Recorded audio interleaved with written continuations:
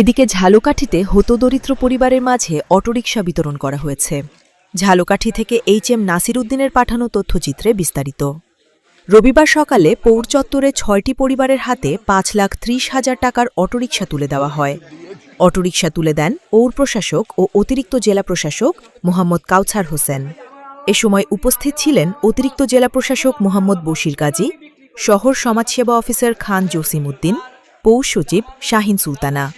পৌরসভার আয়োজনে ও শহর সমাজসেবা কার্যালয়ের সহযোগিতায় দরিদ্র মানুষদের ভিক্ষাবৃত্তিতে না গিয়ে বিকল্প উপায়ে উপার্জন করে পুনর্বাসন করতে ৬টি পরিবারকে একটি করে নতুন অটোরিকশা দেয়া হয়।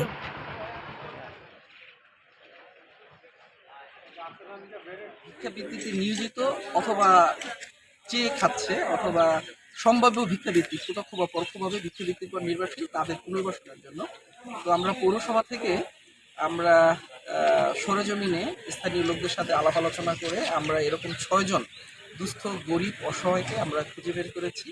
আমাদের উদ্দেশ্য হলো যে এরা যেন ভিক্ষাবৃত্তিতে না থাকে এবং সম্ভাব্য ভিক্ষাবৃত্তিতে না জড়িয়ে পড়ে।